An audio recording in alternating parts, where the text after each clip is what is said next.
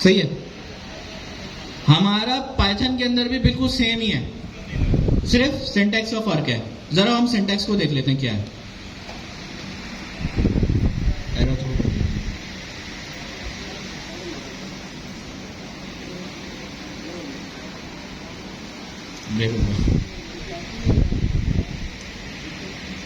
हमारा जहां पे टाइपस्क्रिप्ट के अंदर फंक्शन कीवर्ड यूज होता था ना फंक्शन बनाने के लिए, हमारे पास यहां पे एक स्पेशल कीवर्ड यूज होता है जिसका नाम क्या है, डेफ। डेफ की शॉर्ट, ये डेफ में शॉर्ट फॉर्म है किसकी, डेफिनेशन या डिफाइन, डिफाइन की शॉर्ट फॉर्म कहलाती है ना। इसको इन्होंने शॉर्ट करके कर दिया डेफ। डेफ आपका एक रिजर्व कीवर्ड है जो पाइथन के अंदर मौजूद होता है, सही है। तो अगर आप इसके आगे डेफ से कोई वेरिएबल बनाते हो, कुछ बनाते हो, तो वो एरर थ्रो कर देगा कि ये हमारा रिजर्व कीवर्ड है, इससे नहीं बना सकते। और डेफ बेसिकली क्यों यूज होता है, हमारा फंक्शन बनाने के लिए यूज होता है। जैसे हम डेफ लिख देते हैं, पाइथन को पता लग जाता है कि अब आगे जो है फंक्शन का सिंटैक्स लिखा जाएगा। जिस तरीके से हम टाइपस्क्रिप्ट के अंदर फंक्शन के बाद उसका नाम लिखते थे, हम यहां पे आके फंक्शन का नाम लिख देते हैं, सही है। फंक्शन का नाम लिखने के बाद हमारे पास ऐसे ही राउंड ब्रेसेस लग जाते थे, सही है। अभी तक बिल्कुल सेम है, लेकिन पाइथन ने एक एडिशनल चीज, तो उसको ये पता लग जाता है कि अब फंक्शन की बॉडी स्टार्ट हो गई है। अब फंक्शन की बॉडी जैसे स्टार्ट हो गई है तो वो बोलता है कि भाई तुम्हें जो भी काम करवाने ना करवा लो। अभी मैं फिलहाल प्रिंट करवा रहा हूं जो हम ओल्ड स्कूल की तरह करते हुए आ रहे हैं, हेलो वर्ल्ड, सही है। आपका काम खत्म हो गया, चाहो तो टर्मिनेटर लगाओ या टर्मिनेटर नहीं लगाओ, क्योंकि हमारे आप आईडीई बोल सकते हैं इनको, जो हमारे एडिटर्स कहलाते हैं, वो इतने इंटेलिजेंस वाले हो गए हैं कि अगर टर्मिनेटर नहीं लगाते तो वो उनको पता है कि कोड खत्म हो गया है। लेकिन क्या होता है, लेकिन बाज़ औक़ात हमारी कुछ लैंग्वेजेस होती हैं, जैसे डार्ट हो गई, मुझे पीएचपी का नहीं पता, लेकिन मैंने डार्ट पे या ऑब्जेक्टिव सी पे काम करा, उसमें टर्मिनेटर लगाना लाजमी ज़रूरी है, नहीं चलते उसके ऊपर। फिलहाल पाइथन में हमें लगाने की ज़रूरत नहीं है। अच्छा, मुझे एक बात बताएं, टाइपस्क्रिप्ट के अंदर हम फंक्शन को, ये तो मैंने फंक्शन का एक फंक्शन बना दिया, अब मुझे इसको यूज़ करना है तो किस तरह करते थे हम, नाम लिख देते थे और उसको कॉल कर देते थे, ऐसा ही था फंक्शन के नीचे। जिस तरीके से हमारी टाइपस्क्रिप्ट के अंदर फंक्शन की कॉलिंग होती थी, उसी तरीके से हमारे पास पाइथन के अंदर भी फंक्शन कॉलिंग सेम है। इसको चला के देखते हैं, हो गया प्रिंट हेलो वर्ल्ड। ये आपके पाइथन का बिल्कुल बेसिक फंक्शन का सिंटैक्स है। यहां पे किसी का कोई सवाल है तो पूछ लो। अच्छा, ये बेसिक है और इसी में से सवाल आएंगे और इसमें घूम जाएंगे आप लोग, तो पूछ लो। कॉलन लगा दिया, अभी प्रिंट करवा रहे हैं फिलहाल, सही है। कोई भी दो नंबर बता दें, 1 + 1 कर देते हैं, बहुत हैवी कैलकुलेशन होगी, सही है।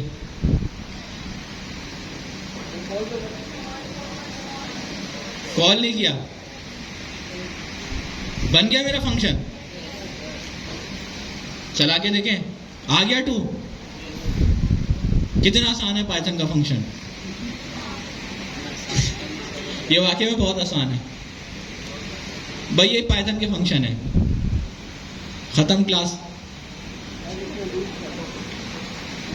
चलें इसको थोड़ा सा और एनहांसमेंट की तरफ लेके चलते हैं ना। अभी तक तो सिर्फ हमने हार्ड कोडेडली वैल्यू प्रोवाइड करी है ना। मैंने बोला 1 + 1 आपने प्रोवाइड कर दिया भाई। अब आप मुझे एक बात बताओ ना यार, मैं चाह रहा हूं कि मैं इस फंक्शन को, अभी तक हमने देखा ना फंक्शन रियूजेबिलिटी की तरफ जा रहा है, फंक्शन बार बार रियूज हो रहा है हमारा। हमने अभी तक यही पढ़ा ना, फंक्शन को आप बार बार कॉल कर सकते हो, यानी उसको रियूज कर सकते हो। सर ये तो 1 + 1 आपने हार्ड कोडेड लिख दिया, हमें पता है आउटपुट तो 2 ही आएगा, हर दफा में 2 आएगा, तो इसमें रियूजेबिलिटी कहाँ गई। अब थोड़ा और आगे बढ़ते हैं। टाइपस्क्रिप्ट के अंदर भी हम ये सेम फंक्शन बना सकते हैं, ऐसा ही है। मैं इसको जल्दी से फंक्शन कर देना, सही है। अगर मुझे अभी कर्ली ब्रैकेट वगैरह छोड़ दें, सिर्फ फंक्शन।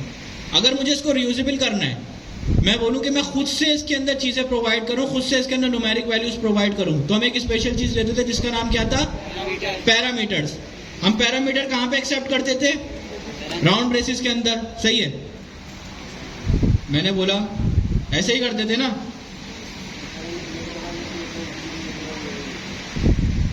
फिलहाल टाइप पे मैं भी आता हूँ ना, मैं पहले बेसिक बता दूँ, टाइप्स भी बता दूँ।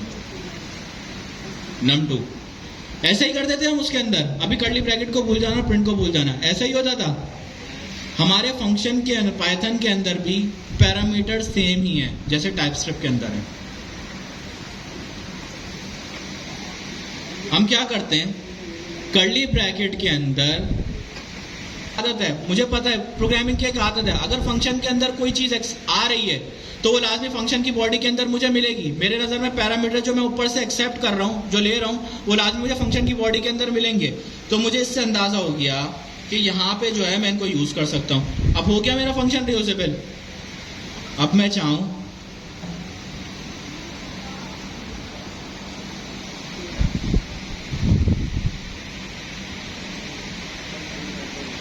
ये चल जाएगा, पक्का चल जाएगा, चल गया। तो आपको पैरामीटर्स का भी पता लग गया, पैरामीटर्स भी सेम है। लेकिन मैं काम करता हूं ना,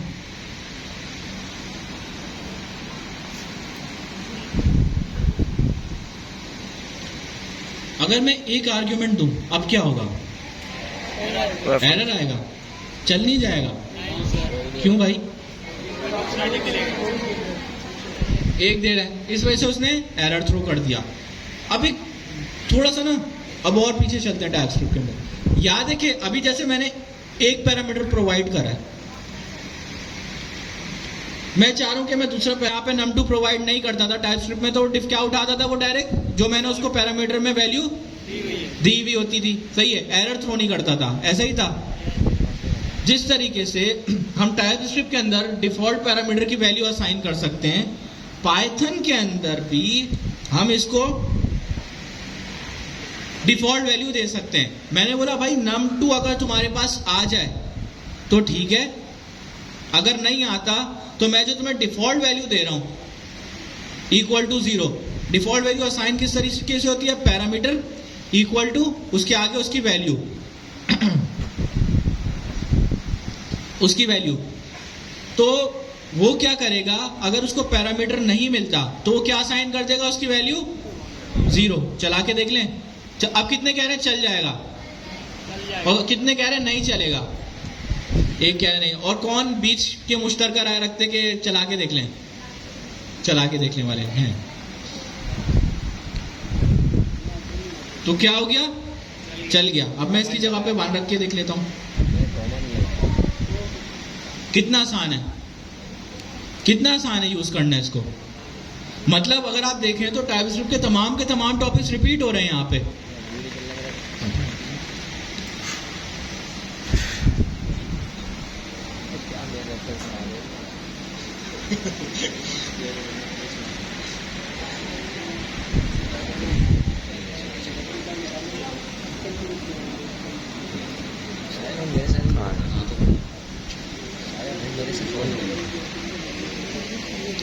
अस्सलाम वालेकुम। मजा आ रहा है फंक्शंस पढ़ने में? इजी है।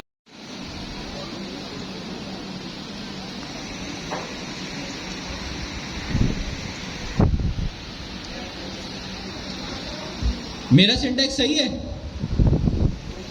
मैंने 2 चीजों को रिटर्न कराया है। जिस तरीके से हम फंक्शन के अंदर रिटर्न कीवर्ड यूज करते थे, उसी तरीके से हमारे पास पाइथन के अंदर भी सेम रिटर्न कीवर्ड है। इसका काम यह है कि मैं अपने पाइथन के फंक्शन की वैल्यू को बाहर यूज कर सकता हूं। मैंने बोला भाई ठीक है। अब मुझे एक बात बताएं, अगर मैं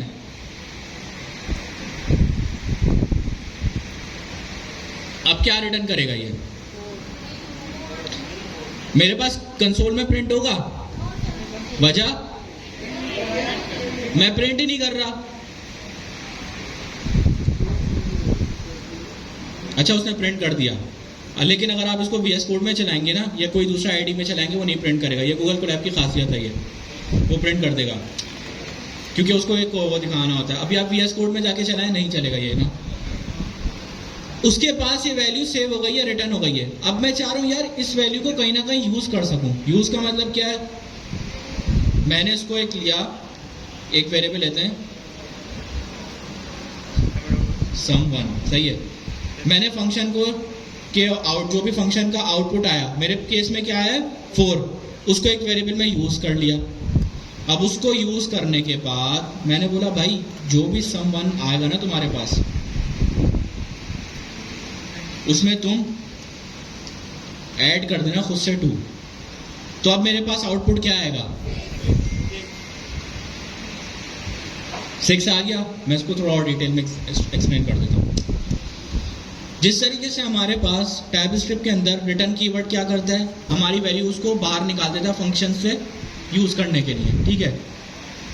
वैसे ही पाइथन में भी करता है। अब रिटर्न लगाने का पर्पस ये था कि मैं वैल्यू को बाहर यूज कर सकूं। अब मैंने क्या करा, बाहर यूज करना है तो मुझे कहीं ना कहीं उस वैल्यू को स्टोर तो करना पड़ेगा।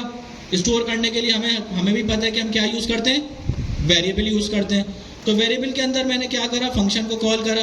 अब मुझे पता है ये मेरा फंक्शन कॉल हो गया वेरिएबल के अंदर, और इसकी वैल्यू क्या आ रही है मेरे पास 4 आ रही है। मैंने क्या करा, खुद से जाके इस sum1 के अंदर 2 + 2 कर दिया। तो उसने मुझे बता दिया कि भाई तुम्हारे पास जो फंक्शन की वैल्यू है वो है 4, तुमने उसके अंदर आके +2 ऐड कर दिया। तो इस तरीके से मेरा आउटपुट क्या आ गया, 6 आ गया।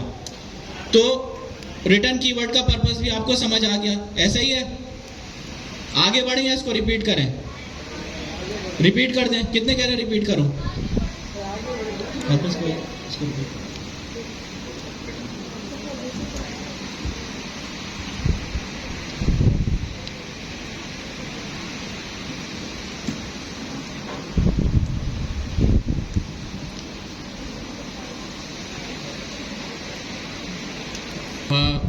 मेरा नेम मतलब फहाद खान प्रिंट कर दो। तो मैं वहाँ जाऊँगा, प्रिंट की स्टेटमेंट लगाऊंगा और उसके अंदर नेम लिखूंगा अपना और प्रिंट करा दूंगा। सो जैसे ही हम उसके अंदर थोड़ा सा आगे बढ़े तो हमने देखा भाई पैरामीटर्स क्या होते हैं, फंक्शन के अंदर पैरामीटर्स हो गए। सो उससे क्या होने लग गया कि जब हम फंक्शन के अंदर कोई भी चीज़ प्रोवाइड कर रहे थे ना, तो वो क्या कर रहा था कि उस चीज़ को डायनामिक करके, जैसे कि वो वहाँ पर नेम प्रिंट करने के बजाय, मेरा नेम प्रिंट करने के बजाय जो पैरामीटर में नेम प्रोवाइड किया गया था वो प्रिंट करना शुरू हो गया था। ऐसे ही हुआ था। फिर जब इससे एक स्टेप और आगे बढ़े तो हमने ये देखा कि भाई हम जब अपनी प्रोग्रामिंग कर रहे होते हैं तो उसके अंदर हमारे पास बहुत सारे, कोई भी प्रॉब्लम को सॉल्व करने के लिए बहुत सारे स्टेप्स होते हैं। जैसे कि आप लोग शॉपिंग कार्ट की फंक्शनलिटी इंप्लीमेंट कर रहे हैं तो उसके अंदर भी डिफरेंट स्टेप्स होते होंगे कि भाई वहाँ पर आप उसकी क्वांटिटी को देख रहे हो, एक प्रोडक्ट की क्वांटिटी आ गई, फिर वहाँ पे मल्टीपल प्रोडक्ट की क्वांटिटी है, फिर आप उसका सम कर रहे हो, सम करने के बाद आप उनकी इंडिविजुअल कॉस्ट को मल्टीप्लाई कर रहे हो और फिर एक टोटल कॉस्ट निकल के आ रही है। फिर उसमें टैक्स लेस करके आपको दिखाना है कि भाई आपकी ये, आपने जो राइट नाउ शॉपिंग की है, आपकी जो कार्ट की प्राइस है वो ये है। ऐसे ही हो रहा है, मल्टीपल स्टेप्स हैं। सो अब या तो फिर आप ये करोगे सारा का सारा कोड एक ही जगह लिख दो, एक ही फंक्शन के अंदर लिख दो और उसको जो है ना बिल्कुल अगली सा बना दो कि जो है ना वो देखने में ही लगे कि आपको समझ में ही नहीं आया कोड। बट ये बेस्ट प्रैक्टिस नहीं होती। हम लोग क्या करते हैं, हर स्टेप का एक अलग अलग फंक्शन बनाते हैं और उस स्टेप की जो भी वैल्यू होती है ना वो हम क्या करते हैं, उसको यूज़ करते हैं। सो अब हम क्या करें कि अब जो हमारा नॉर्मल फंक्शन होता है उसमें हम पैरामीटर तो पास कर देंगे, वो कोई एग्जीक्यूशन भी कर देगा, बट वो हमें ना कोई वैल्यू प्रोवाइड नहीं कर सकता।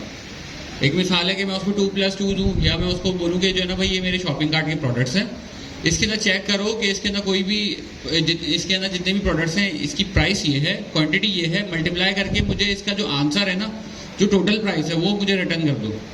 ये सिंपल सा काम है जिसका जो मुझे करवाना है, मुझे प्रोवाइड कर दो। सो अब उस केस के अंदर क्या होगा, पैरामीटर्स को एग्जीक्यूशन तो कर सकते हैं, कैलकुलेट तो कर लेंगे, लेकिन वो वैल्यू को मुझे वापसी प्रोवाइड नहीं कर सकते। क्लियर है? तो उस चीज़ के लिए हम लोग क्या करते हैं, मोस्टली हर प्रोग्रामिंग लैंग्वेज के अंदर एक कीवर्ड होता है रिटर्न का। सो रिटर्न से हम क्या कर सकते हैं कि हम जब भी उस फंक्शन कीवर्ड को यूज़ करते हैं तो फंक्शन की एग्जीक्यूशन वहाँ पर आकर रुक जाती है और उसके वहाँ पर हम जो भी वैल्यू रिटर्न करवाते हैं ना, कि कोई भी वेरिएबल रिटर्न करा सकते हैं, वहाँ पे डिक्शनरी रिटर्न करा सकते हैं, वहाँ से हम लेस रिटर्न करा सकते हैं, सारी चीज़ें रिटर्न करा सकते हैं। तो जो भी चीज़ हम रिटर्न कराएंगे तो वो हम उसको फिर एक वेरिएबल के अंदर स्टोर भी करवा सकते हैं। तो इस तरीके से क्या करेंगे, हमारे पास मल्टीपल स्टेप्स जितने भी हमारे पास थे, हमने क्या किया, अपना फंक्शन के अंदर वैल्यूज़ को प्रोवाइड किया। वो वैल्यूज़ हमें कहाँ पर रिटर्न होती गई, अपने वेरिएबल्स के अंदर। फिर हम क्या कर सकते हैं, वो जो वैल्यू हमें मिली है हम उसको दूसरी फंक्शन के अंदर एज अ वैल्यू प्रोवाइड कर सकते हैं, पैरामीटर प्रोवाइड कर सकते हैं, ताकि आगे चल के हमारी जो एग्जीक्यूशन हो उसके अंदर और आसानी हो सके। सो इस तरीके से हम अपनी प्रोग्रामिंग को स्ट्रक्चर करते हैं, ठीक है। सो ये जो मेन जो कॉन्सेप्ट है ना फंक्शनल प्रोग्रामिंग का, वो यही है। क्लियर है सबको? रिटर्न का कीवर्ड किस लिए यूज करते हैं, क्या क्या क्या स्टेप्स होते हैं यूज करने के?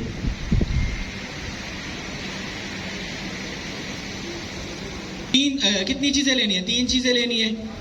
फर्स्ट नंबर, सेकंड नंबर और ऑपरेशन।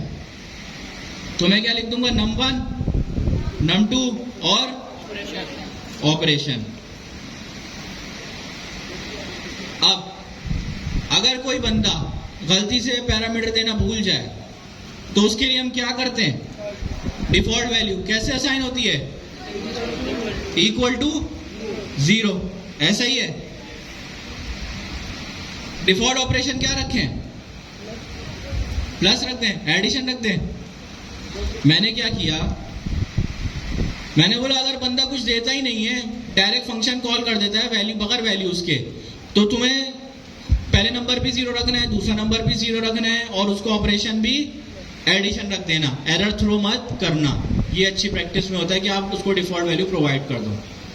अब क्या होगा? कॉलन लगेगा। अब मुझे एक बात बताओ, अब क्या हो सकता है कि मैं जस्टिफाई कर सकूं या चेक कर सकूं कि अगर ऑपरेशन मेरे पास ऐड है तो ये करो, इफ एल्स लगेगा। पढ़ा था हमने इफ एल्स, किस तरह लगता है? इफ ऑपरेशन कितने इक्वल टू लगता है? 3 नहीं लगते। वजह वो टाइप स्क्रिप्ट में नहीं होता, वो टाइप स्क्रिप्ट में होता है। क्या होना चाहिए? प्लस होना चाहिए। कॉलन लग गया, num1 प्लस num2, सही है। अब इफ नहीं लगाऊं, वजह अगर मैं इफ लगा देता हूं तो क्या होगा? हर बार चलेगी, एक ये चलेगी, फिर वो चलेगी, फिर सारे इफ चलेंगे। एल्स इफ होता है, क्या होता है? एलिफ होता है।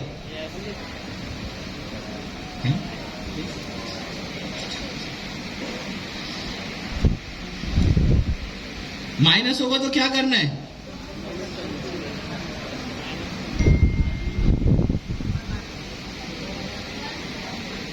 हाँ, गलती हो जाती है सर से भी। सर वो थोड़ी एआई एजेंट थोड़ी है।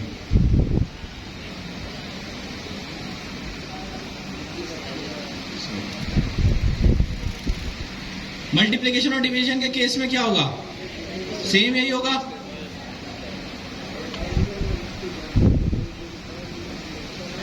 डिवीजन में क्या होगा?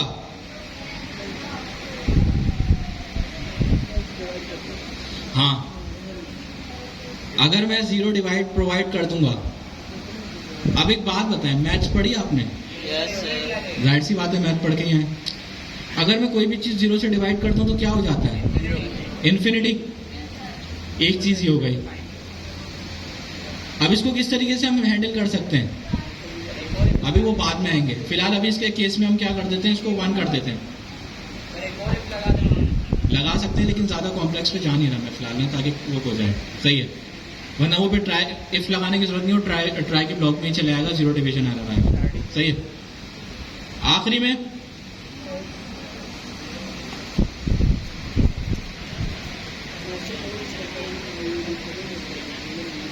सॉरी, 2 दफा मैंने प्रिंट कर दिया, सॉरी। फिलहाल मैंने 1 कर दिया था ताकि हमारा भी कैलकुलेटर सही से काम करे, क्योंकि ट्राई कैच हमने हैंडलिंग करी नहीं है, वरना मैं ट्राई कैच में बताएगा। एल्स लगेगा या नहीं लगेगा? क्यों?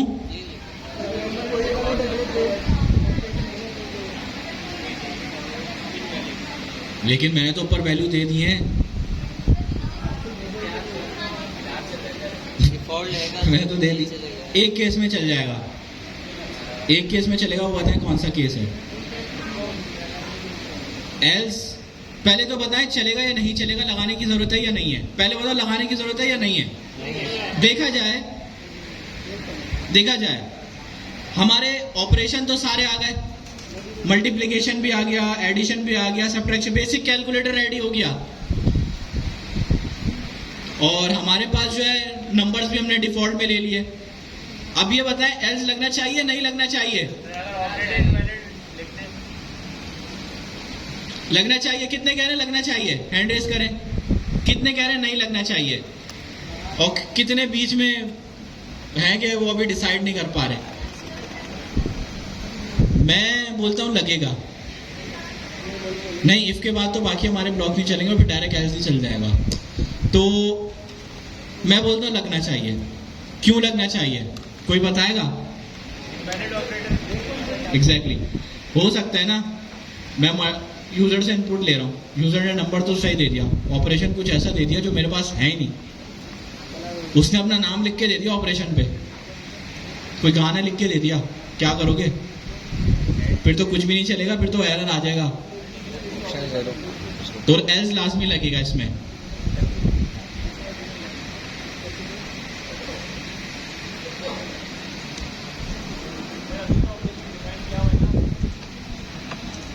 बस सही है। मैंने बोला भाई तुम ऑपरेशन, हो सकता है ना वो कुछ ऐसा ऑपरेशन दे दे, अपना नाम लिख दे, फिर क्या करेंगे? हमने हैंडलिंग तो कर ली डिफॉल्ट पैरामीटर से, लेकिन यूजर भी तो गलत कर सकता है ना, हो सकता है वो नंबर की जगह पे स्ट्रिंग दे दे, क्या करोगे? एल्स लगाना जरूरी था। चला के देख लिया इसको। ये बताओ इस कोड के अंदर क्या चीज समझ नहीं आई है? किसको ये कोड समझ आ गया है? हैंड रेज करो। किसको ये कोड समझ नहीं आया है? मतलब सबको आ गया समझ। चलो इसको चला के देखते हैं।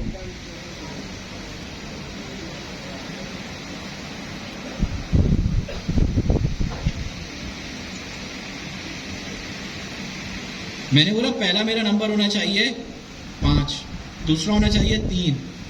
ऑपरेशन क्या परफॉर्म कराने? सब्ट्रैक्शन। इसने डायरेक्टली वो दे दिया, सब्ट्रैक्शन। इसी तरीके से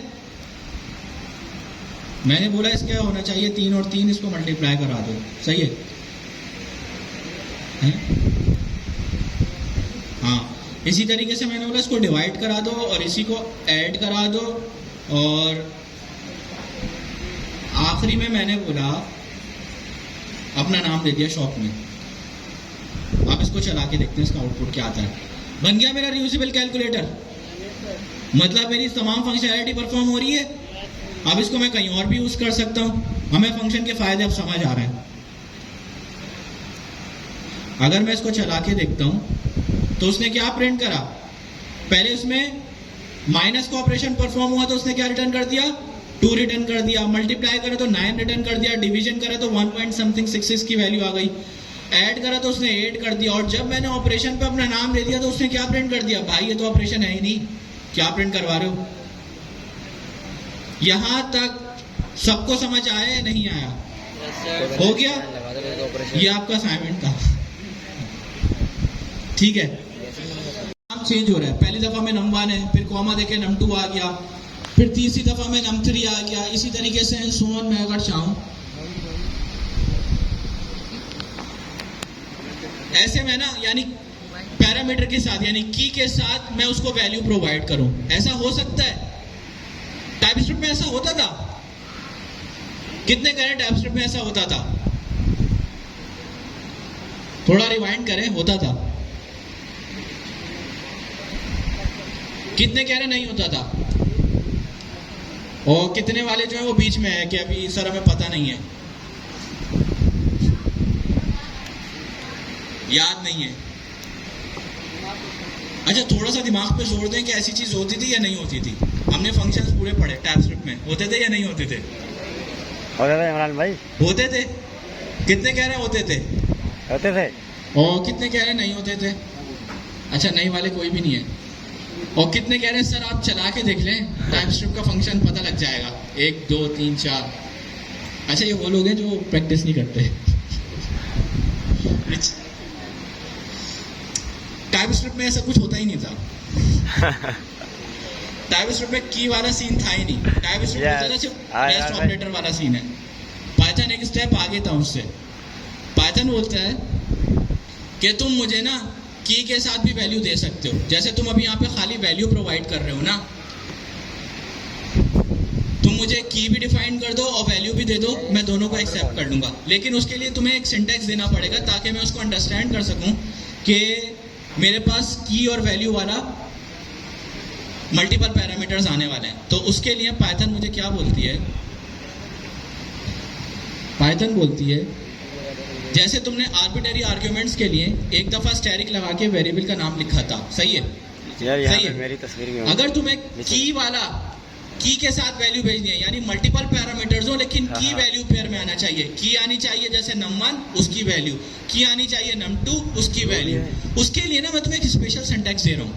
तुम एक काम करो, तुम उसके आगे ना जहाँ पे तुमने एक स्टार लगाया उसके आगे एक और स्टार लगा दो। अब मुझे ये पता लग गया कि मेरे पास जो है की और वैल्यू के साथ आर्ग्यूमेंट आने वाला है। अगर सिंगल वैल्यू वाला आर्ग्यूमेंट होगा तो कितने स्टार लगेंगे? एक स्टार लगेगा। अगर मुझे की के साथ मल्टीपल आर्ग्यूमेंट्स भेजने हैं तो कितने स्टार लगेंगे? 2 स्टार लगेंगे। अच्छा, इसको कहते हैं कीवर्ड आर्ग्यूमेंट्स। इसको लिख लो, जैसे उस पहले वाले का नाम था आर्ग्यूमेंट्स, इसका नाम था कीवर्ड आर्ग्यूमेंट्स। सही है? यहां तक क्लियर है सबको? आगे चलते हैं। अब सर आपने तो बता दिया ना कि 2 स्टैरिक लगाने से पाइथन को पता लग गया है कि भाई मेरे पास कीवर्ड के तो की आएगी, फिर उसकी वैल्यू आएगी, फिर की आएगी, फिर उसकी वैल्यू आएगी। मैं इसको यूज कैसे करूं? जिस तरीके से हम लोग इस वाले के अंदर भी डायरेक्टली नम को यूज कर लेते, स्टैरिक नहीं लगा देते, यहां पर भी हम खाली क्या लिख देंगे? वेरिएबल का नाम, बस। और अब इसको चला के देखते ना, मल्टीपल आर्क्स ये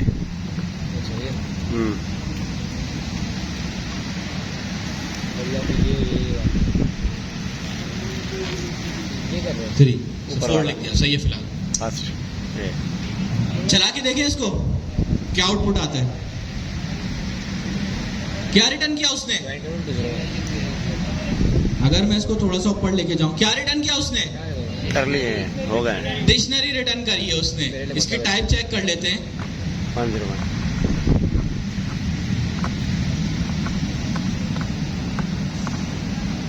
अगर मैं इसकी टाइप चेक करता हूं तो क्या रिटर्न कर रही है? Dictionary. Basically keyword argument use ही इसलिए होते हैं कि आप डिक्शनरी, मल्टीपल डिक्शनरी की वैल्यू पे एक्सेप्ट करो। यहां तक क्लियर हो गया? आर्बिट्री आर्ग्यूमेंट्स में क्या टाइप डेटा टाइप रिटर्न हो रही थी? टपल्स। और ये कीवर्ड वाले आर्ग्यूमेंट में क्या डेटा टाइप रिटर्न हो रही है? दोनों का फर्क क्या है? यहां तक क्लियर हो गया सबको? आगे बढ़े? और भी चीजें करना जरूरी है। तो आप लोगों के कुछ स्टेप समझ लें। पहला स्टेप तो ये आपका क्विज जो आप अभी दे दोगे, होपफुली हो सकता है इस वीकेंड में आपको अनाउंसमेंट मिल जाए सैटरडे को। तो आप घर से बैठ के अटेम्प्ट करो, अगर बुलाना हुआ तो जो भी होगा वो अनाउंसमेंट में आपके आ जाएगा, आप टेंशन नहीं लें। इस प्रोसेस से तो आप गुजर चुके हैं ना, टेंशन वाला। सेकंड नंबर पर क्विज की प्रिपरेशन हमारी कहाँ से है? 1 से लेके नोटबुक तक। अगर आपने नोटबुक फॉलो नहीं करी तो हो सकता है आप क्विज में लैग करिए। आपको बहुत अच्छी आती है प्रोग्रामिंग, लेकिन हो सकता है एक सिंगल कॉन्सेप्ट से लैग करिए सब संडे का। अब ये वाला तो एक पार्ट हमारा कंप्लीट हो गया 9 तक। हाईलाइट में 9 तक कर देता हूँ। यही नोटबुक है 9 तक, 00 से 09। 1 से लेके 9 तक कौन कौन से स्टेप्स कवर हैं आपके? चलें, ठीक है। ये जो वैल्यू है इसकी डेटा टाइप क्या है? स्ट्रिंग। टीचर नेम के वेरिएबल में क्या डेटा टाइप रखी हुई है? डेटा टाइप डिफाइन क्या करते हैं? कॉलन लगा के यहाँ पर क्या लिखूं मैं? ये कॉलन के बाद जो लिखा हुआ वो क्या होता है? Data type. कॉलन के बाद क्या लिखा होता है? Data type. Data type. क्या लिखा होता है? Data type. ये str हमारे पास क्या है? स्ट्रिंग 5 सवाल मैंने पूछे, 5 सवाल में से आपने क्या करा, 4 के सवाल जवाब सही दिए और 1 का जवाब गलत दिया। आप ढूंढने कौन सा जवाब गलत है, बताएं।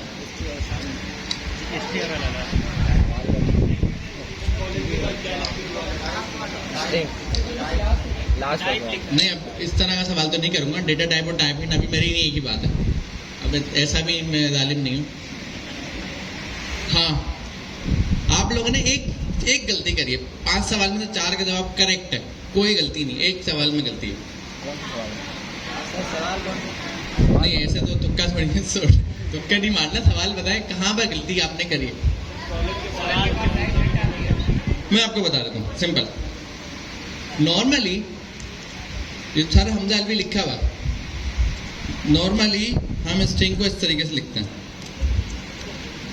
लेकिन इसके लिखे बगैर भी चल जाता है, वो शॉर्ट एंड सेंटेक्स है, वरना ऐसे लिखा जाता है। ठीक है, हमारे पास डेटा टाइप क्यों इस्तेमाल होती है, डेटा टाइप इसलिए इस्तेमाल होती है, यहाँ पर ये बताया जाता है ये वाला जो डेटा है ये इस प्रोसेस से क्रिएट होकर आया है। जैसे कि एक मिंटिंग मशीन है, वो नोट बनाती है, 100 का नोट बनाया। अब 100 का नोट आपको मिला, आप 100 के नोट में क्या चेक करोगे, असली है या नकली है? आपको कैसे पता असली नकली की पहचान? आप ये देखोगे ये असली वाली मशीन से बन के आया हुआ नोट ऐसा होता है, और जो असली मशीन से बन के नहीं आया हुआ तो वैसा नहीं होता। ऐसा ही चेक करोगे तो नोट की जो निशानियां होती हैं वो कहाँ से आई, मशीन से आई हैं, जिससे बन के आया। तो आप क्या कर रहे हो, नोट की टाइप चेक कर रहे हो, क्या ये नोट असली मशीन से बन के आया है तो सही है, असली मशीन से बन के नहीं आया तो ये नोट जाली है, ऐसा ही है। तो यहाँ पर जो कॉलन के बाद हम लिखते हैं, हम उस मशीन का नाम लिख रहे हैं जहाँ से ये सर हमजा अलवी क्रिएट होकर आया। तो सर हमजा अलवी किसने क्रिएट करा है, STR ने। और ये STR क्या है, क्या है STR, दोबारा बताएं, क्या नजर आ रहा है, क्लास। ये STR जो है ये क्लास है। क्लास का काम क्या होता है, क्लास एक मशीन की तरह है जो प्रोडक्ट बना के दे रही है। मिंटिंग मशीन थी, नोट बना के दे रही है। इसी तरह क्लास ने, क्लास STR की क्लास है जो क्या बना के दे रही है, स्ट्रिंग बना के दे रही है। स्ट्रिंग क्या है, सर हमजा अलवी हमने बनाया है, वैल्यू।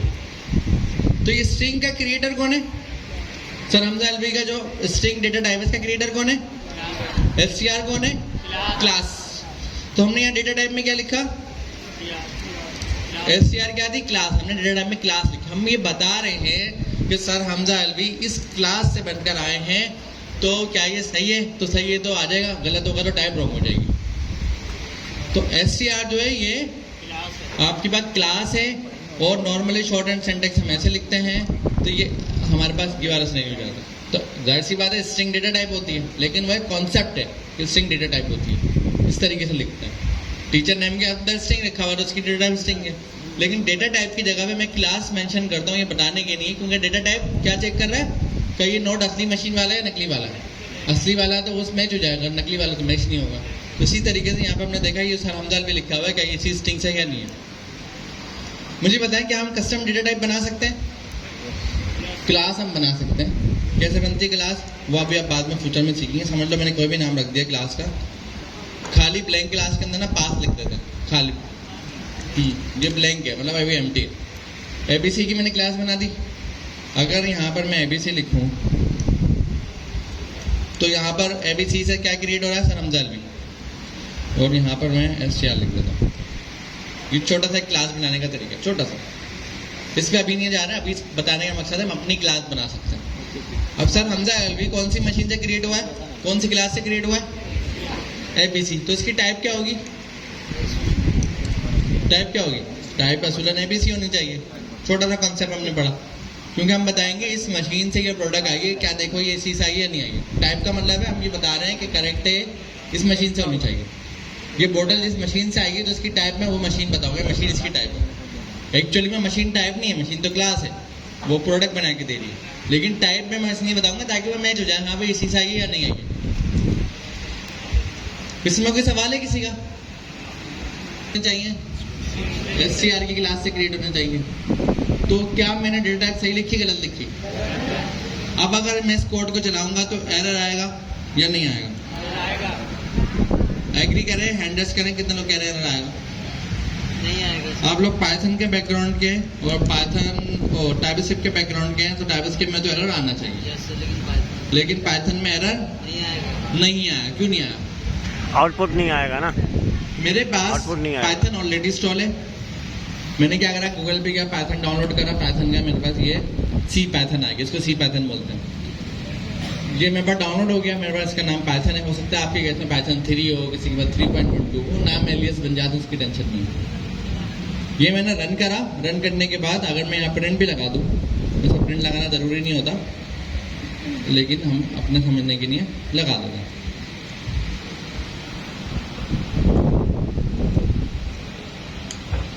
मुझे पता है एरर क्यों नहीं आ रहा, क्योंकि ये जो सी पाइथन है, इसका काम है कंपाइल करना। ये डायनामिक पाइथन को चला रहा है, इसका काम ही नहीं है कि डेटा टाइप जाके मैं चेक करूँ। अगर आप चाहते हैं मेरी डेटा टाइप चेक हो, जैसे टाइपस्क्रिप्ट में होती थी, तो आपने क्या यूज़ करना होता है, एक टूल है, उसका नाम है माईपाई। माईपाई इंस्टॉल करने के लिए क्या करना पड़ता है, पिप इंस्टॉल माईपाई। नेक्स्ट में आप क्या यूज़ करते थे, npm, यहाँ पिप यूज़ करते हैं, ठीक है। पैकेज इंडेक्स आपका मौजूद है यहाँ पर। नेक्स्ट की जो वेबसाइट थी जहाँ से सारे पैकेट डाउनलोड होकर आते थे, वो थी npm.js। पाइथन के लिए है पाइथन पैकेज इंडेक्स, ये वाली वेबसाइट है, यहाँ से सारे पैकेट आ रहे थे।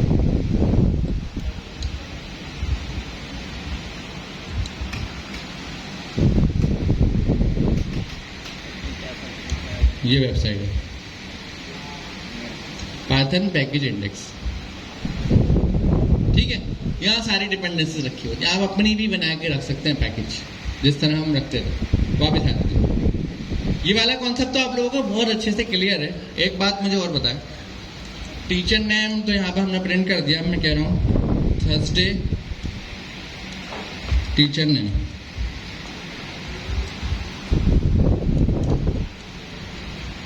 टीचर नेम मैंने उठाया, डायरेक्ट यहाँ पे रख दिया, डुप्लीकेट वैल्यू हो रही है ना।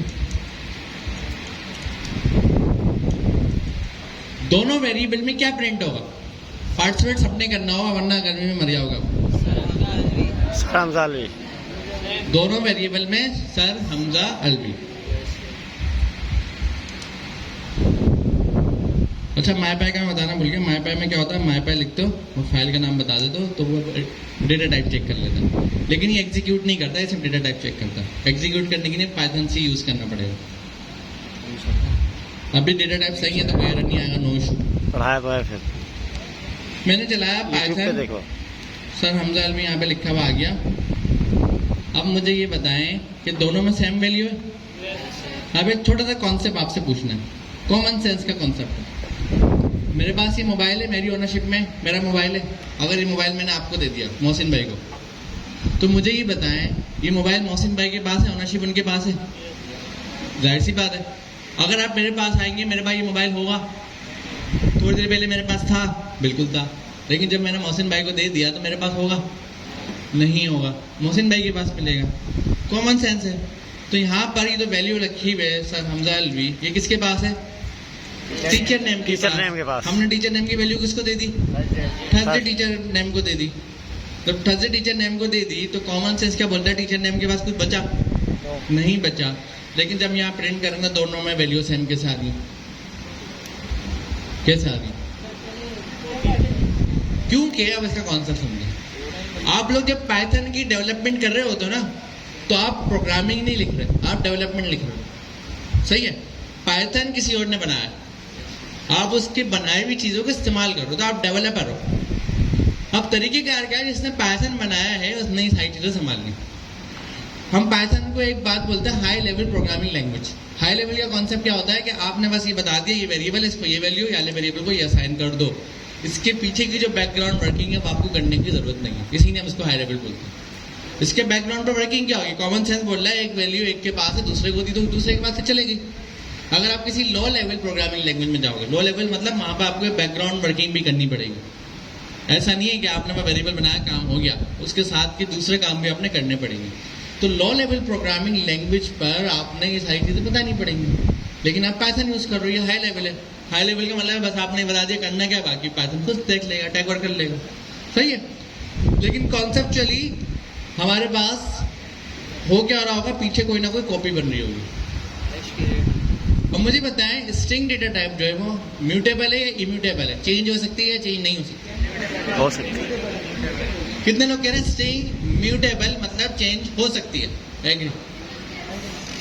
दोबारा आप ना ग्रामर में कंफ्यूज हो गए, उसमें वोकैबुलरी में, सॉरी। कैसे चेंज? म्यूटेबल मतलब चेंज होना, म्यूट नहीं करते कैसे? स्पीकर को, म्यूट करा बताओ। अनम्यूट कर लिया, म्यूट करा अनम्यूट कर लिया। म्यूटेबल हो सकती मतलब बंद कराई जा सकती है आवाज, चेंज करी जा सकती है, सही है? कितने लोग कह रहे हैं स्ट्रिंग की वैल्यू चेंज हो सकती है, म्यूटेबल है? कितने लोग कह रहे हैं नहीं स्ट्रिंग इम्यूटेबल है, चेंज नहीं हो सकता?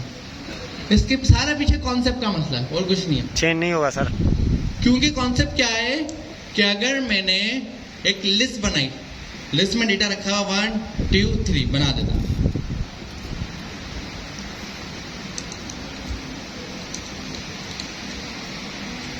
अब मुझे बताया अगर कोई फ्यूचर में आके इस लिस्ट में अपेंड करेगा तो सेम लिस्ट में अपेंड होगा? Yes sir. क्या इस लिस्ट में इस वक्त 1 2 3 रखा हुआ होगा? बिल्कुल रखा हुआ। ये हमारे पास होता है डेटा टाइप कौन सी है? म्यूटेबल, मतलब इसमें चेंज हो सकता है। क्यों? क्योंकि 1 और 2 है, आपने 3 ऐड कर दिया, 4 ऐड कर दिया। लेकिन अगर आपके पास ये नम है, इसकी वैल्यू है 1 और उसके बाद नम है, इसकी वैल्यू है 2, तो मुझे बताएं क्या ये 3 हो गया? क्यों नहीं हुआ? क्योंकि ये वाले ने जाकर क्या करा, पुराने वाले को रिप्लेस करा या क्या करा? नॉर्मली कॉन्सेप्ट समझे, पाइथन में वेरिएबल नहीं होता, पाइथन में वेरिएबल पॉइंटर होता है। पॉइंटर का मतलब क्या होता है? वो एक जगह की लोकेशन को जानता है। वेरिएबल बोलता है मैं अपने पास डेटा नहीं रख रहा, मैं डेटा की लोकेशन को जानता हूँ, डेटा कहाँ रखा है। तो अगर डेटा टाइप स्ट्रिंग या इंटीजर होती है तो वेरिएबल क्या करता है? वेरिएबल का वैल्यू आई, उसने रख दी और इसकी लोकेशन अपने पास बता दी। कोई भी वेरिएबल से पूछेगा भाई मेरा डेटा कहाँ है, वो बोलेगा वहाँ पे रखा हो, मतलब जगह बता के लाके दे देगा। अगर कोई आगे उस वेरिएबल को अपडेट करता है तो वो क्या करेगा? वो पुरानी वाली वैल्यू को वैसे की वैसी रखा रहने देगा और दूसरी जगह पे नई वैल्यू रखेगा और उसकी लोकेशन को याद रख लेगा। मतलब आप आए यहाँ पर, आपको किसी ने भेजा, आप यहाँ पे बैठे हुए, तो मुझे याद है भाई तीसरी कुर्सी पर आप बैठा हुआ, सही है, और आपका कोई मैंने सीट नंबर लिख लिया, मैंने कोई रोल नंबर लिख लिया। थोड़ी देर बाद आपके रोल नंबर से दूसरा बंदा एंटर हुआ, तो मैंने क्या करा, मैंने उसको कहीं और बिठा के उसकी जगह याद रख ली। मैं ये देख ही नहीं रहा कि आपको और उसको साथ बिठाना है, मैं ये देख रहा हूँ कि भाई आप अलग हो और आप पुराने थे, आप शायद जा चुके हो, दूसरा बंदा आया, दूसरे को बिठाना है। तो इसका मतलब कॉन्सेप्ट क्या है कि वेरिएबल डेटा की लोकेशन याद रखता है, स्ट्रिंग की वैल्यू को जैसे ही रिप्लेस करते हो आप, ओवरराइट करते हो, जो मैंने यहाँ पे इंटीजर को करा, तो उसने क्या करा, 1 को समझने रखा और एक जगह पे जगह का नाम रख लेते हैं। मैं यहाँ पे जगह का नाम रख लेता हूँ, कोई भी एड्रेस है, जैसे घर का एड्रेस किसी का होता है M123, सही है, इस लोकेशन पे रखना। जैसे उसके बाद 2 आया, उसने 2 को कहाँ रखा, 189 कहीं और रख दिया। अब ये जो नम है, पहले ये क्या जानता था, मेरा डेटा कहाँ रखा हुआ है, M123 जगह पे रखा हुआ है, लोकेशन है। जैसे इसकी वैल्यू अपडेट करी, अभी क्या जानता है मेरा डेटा कहाँ रखा हुआ है, तो इसी नहीं हम इसको क्या बोलते हैं, इम्यूटेबल, क्योंकि वो पुराने वालों को बदल नहीं रहा बल्कि नई जगह पे डेटा रखा है। फिर इसके पीछे गार्बेज कलेक्शन का टॉपिक होता है जो लो लेवल प्रोग्रामिंग के लोग पढ़ते हैं। आप लोगों को पढ़ने की जरूरत नहीं, क्योंकि पाइथन खुद संभालेगा। आप बोलेंगे यार ये तो जगह घेर के बैठा हुआ है, बिला वो जगह किराया भी नहीं दे रहा, तो इसको तो बाहर निकालना है ना, ये पाइथन खुद देख लेगा, आपको देखने की जरूरत नहीं। सही, गार्बेज कलेक्शन का टॉपिक होता है वो लो लेवल प्रोग्रामिंग लैंग्वेज के लोग पढ़ते हैं, आपको पढ़ने की जरूरत नहीं, तो पाइथन बोल रहा है मैं खुद देख लूंगा, आप टेंशन नहीं लें, समझ गए। लेकिन लिस्ट वाले केस में क्या है, लिस्ट वाले केस में बोलता है भाई यहाँ पर तो मुझे डेटा टाइप क्या रखनी है, म्यूटेबल रखनी है, क्योंकि एक ही जगह पर बार बार डेटा ऐड करना है। रेस्टोरेंट में 2 लोग बैठे हैं, तीसरा बंदा आया, उन्हीं की टीम का बंदा है, तो उन्हीं के साथ बैठाना है ना, अलग तो नहीं बैठाएंगे, अलग तो नहीं बैठाएंगे ना। अगर आप कहीं रेस्टोरेंट में गए, 2 दोस्त बैठे हुए, तीसरा दोस्त आया, उनके साथ वाले टेबल पे बैठेगा ना, ये तो नहीं बोलेंगे आप वहाँ जाके बैठियो, ऐसा तो नहीं करेंगे। तो ये कौन सा हमारे पास क्या आता है, म्यूटेबल और इम्यूटेबल का। चलिए यहाँ पर भी ठीक है, लिस्ट की बात हमें समझ में आ गई। टपल ये क्यों बना रहे हैं, क्या ये भी लिस्ट की तरह म्यूट है? No sir. ये क्यों, क्या दोनों लिस्ट होती हैं? ये आपके पास मोर देन 1 आप डेटा लिख सकते हैं, जो क्या है चेंजेबल है, एक बार लिख दिया तो कोई अपेंड करवा सकता है, और ये इम्यूटेबल है, इसमें आप बेंड नहीं करवा सकते। अब मुझे ये बताएं, ये आपको अलग अलग क्यों बना के गया, क्या दोनों में डिफरेंट है, डिफरेंस क्या है?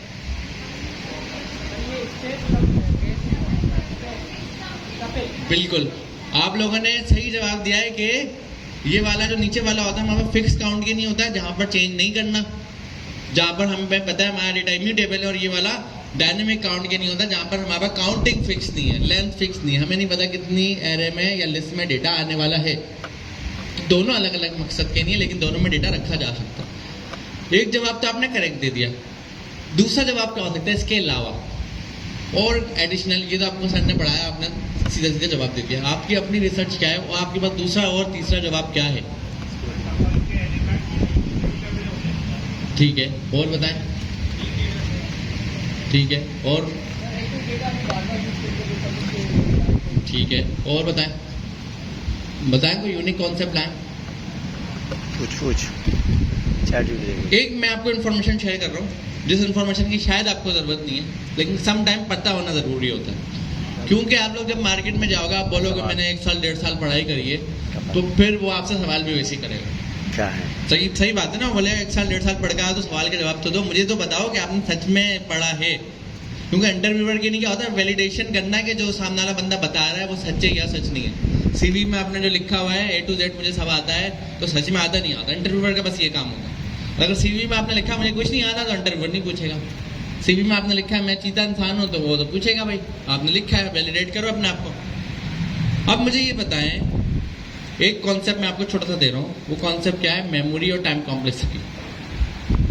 ये क्या होता है? ये टॉपिक की आपको डायरेक्ट जरूरत नहीं है, लेकिन सम टाइम छोटी सी इंफॉर्मेशन आपको बचा देगी इंटरव्यू में। हमारे पास ये टॉपिक क्या है? लिस्ट है। अब नॉर्मली हम कोई भी डेटा रख रहे हैं वो जगह तो घेर रहा होगा ना, मतलब मेमोरी में जाकर कोई ना कोई स्पेस कंज्यूम कर रहा होगा। आप लोग भी बैठे हैं, आप सीट पर जगह घेर रहे हैं, एक आपने स्पेस कंज्यूम करी हुई, और जो भी स्पेस कंज्यूम करता है, समझ रहे हैं? एक सीट है, सीट कहाँ पर है? किसी सिनेमा में। तो मुझे बताएं 12 से 2 बजे का शो है, 12 से 2 बजे का शो है, सीट मुझे कितने बजे खाली होनी चाहिए? अगर आप मैनेजमेंट कर रहे हैं, 12 से 2 बजे का सिनेमा में शो है, सीट कितने बजे खाली करवाएंगे आप? ठीक 12 बजे। आपने क्या कहा? 11:30 बजे सीट खाली कराओ। इसका मतलब स्पेस के साथ दूसरी इंपॉर्टेंस क्या होती है? टाइम की। कि अगर कोई जगह घेरी जा रही है तो उसके टाइम में इंपॉर्टेंट है। वो सीट खाली होगी, फिर कोई बंदा आके उस पर बैठेगा, बैठने में भी टाइम लगाएगा। अभी 12 बजे शो शुरू होना है, बंदा रास्ते में चलता हुआ आ रहा है सीढ़ियों से, उसकी सीट तो खाली है ना, ये तो नहीं जैसे ही मेंटल होगा फिर कोई बैठा हुआ उठाएगा, वैसा तो नहीं होगा। तो समझना, टाइम और मेमोरी ये 2 चीज़ें हर जगह पे लगती हैं, समझ रहे हैं? अब यहाँ पर हम लिस्ट की एग्जाम्पल लेते हैं। आप रेस्टोरेंट में गए, ये लिस्ट है, मतलब टेबल, आप सिंगल बंदे थे, आपने रेस्टोरेंट वाले को कहा भाई मुझे एक बंदा, मैं सिंगल हूँ, मुझे सीट दे दो। उसने कोई टेबल देखा, एक सीट आपको दे दी, आप बैठ गए सुकून से, सीट खाली थी, आप सुकून से आके बैठ गए। अब थोड़ी देर बाद आपके दोस्त की नज़र पड़ी, उसने देखा भाई इसके पास 4 टीटे उधार हैं और ये रेस्टोरेंट में बैठा हुआ है, तो उसकी नज़र पड़ गई, अब तो नहीं छोड़ना उसने साथ साथ दूसरे दोस्तों को मैसेज मिला दिया, भाई आज नहीं छोड़ना, आज बैंक अकाउंट का इसकी पहली सैलरी मिल गई है, सालों से बेरोजगार था ये, अब इसकी जॉब हो गई, अब नहीं छोड़ना, अब सारा बदला ले रहा है। अब क्या करें? अब वो अकेला बंदा बेचारा अकेली सीट लेके बैठा। अब मुझे बताएं, क्या ये श्योरिटी है? आप क्या फॉर श्योर हैं कि जो दूसरा बंदा आया ठीक उस दोस्त के बराबर वाली सीट उसके नहीं खाली होगी? नहीं हो सकती श्योरिटी। तो दूसरा बंदा है, हम क्या बोलेंगे रेस्टोरेंट वाले को? 2 लोगों की चेयर दे दो, और हो सकता है वो बोले यहाँ से उठो वहाँ बैठ जाओ, वहाँ पे 2 लोगों की चेयर मैंने अरेंज कर दी। तो मुझे बताएं, दूसरा बंदा तो डायरेक्ट आके बैठ गया, पहला बंदे ने क्या करा? अपनी जगह चेंज करी। चेंज करने में क्या हुआ? टाइम भी लगा, और एक स्पेस छोड़ के दूसरी स्पेस एलोकेट करी, तो दोनों space at a time book हैं। अगर एक स्पेस छोड़ी तो फौरन तो खाली नहीं हो गई ना, उसको साफ सफाई होगी, दूसरे को बैठाएंगे, समझ रहे? अब हमने क्या कहा? हमने बता दोस्त कितने आने पता ही नहीं, हमें तो दोस्त तो आ जाएंगे, उसने मैसेज कर दिया सबको, तो क्या हम पूरा रेस्टोरेंट बुक कर लें? हमें लिमिट नहीं पता ना कितना दोस्त आने वाला, पूरा रेस्टोरेंट तो बुक नहीं कर सकते। हम भी करेंगे, एक फॉर्मूला लगाएंगे, हम कहेंगे काम करते हैं, जो दोस्त आता जा रहा हम करंट सीट की डबल कर लेंगे। एक सीट थी, हमने 2 ले ली, जब 2 होंगी तो हम अगर बढ़ावाएंगे तो क्या कितने ले लेंगे? 4। तो अब तीसरा बंदा आ गया, 4, जो शक था वही हो गया। अब क्या करेंगे? क्या जरूरी है 2 लोग बैठे हुए, तीसरी सीट खाली होगी बराबर में? पहले से तो नहीं पता था, नहीं होगी खाली सीट, तो हम क्या करेंगे, रेस्टोरेंट वाले को क्या बोलेंगे कितनी सीटें चाहिए हमें? 3 लेकिन हम कह रहे हैं पता नहीं ना आए जा रहे लोग, तो हमने कहा डबल कर लो। कितनी कर लो? 4। 2 की 4 कर लो, अभी तो 2 है ना। तो 4 सीटें हमने रेस्टोरेंट वाले को ऑर्डर करी, उसने बोला अब जहाँ से उठे आप वहाँ पे बैठिए, हमारे 4 सीटें। 2 लोगों ने अपनी लोकेशन चेंज करी, सीट से उठे कहीं और पे जा बैठे। जब कहीं और जाकर बैठे तो 2 लोग तो बेचारे अपनी जगह से उठे, तीसरा आके डायरेक्ट बैठ गया। और थोड़ी देर बाद चौथा बंदा आया, क्या 3 लोगों को उठने की जरूरत है दोबारा?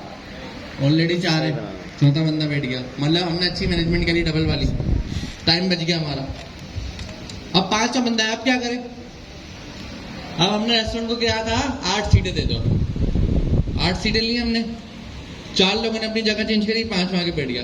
छठा आएगा, जगह चेंज करने की जरूरत है।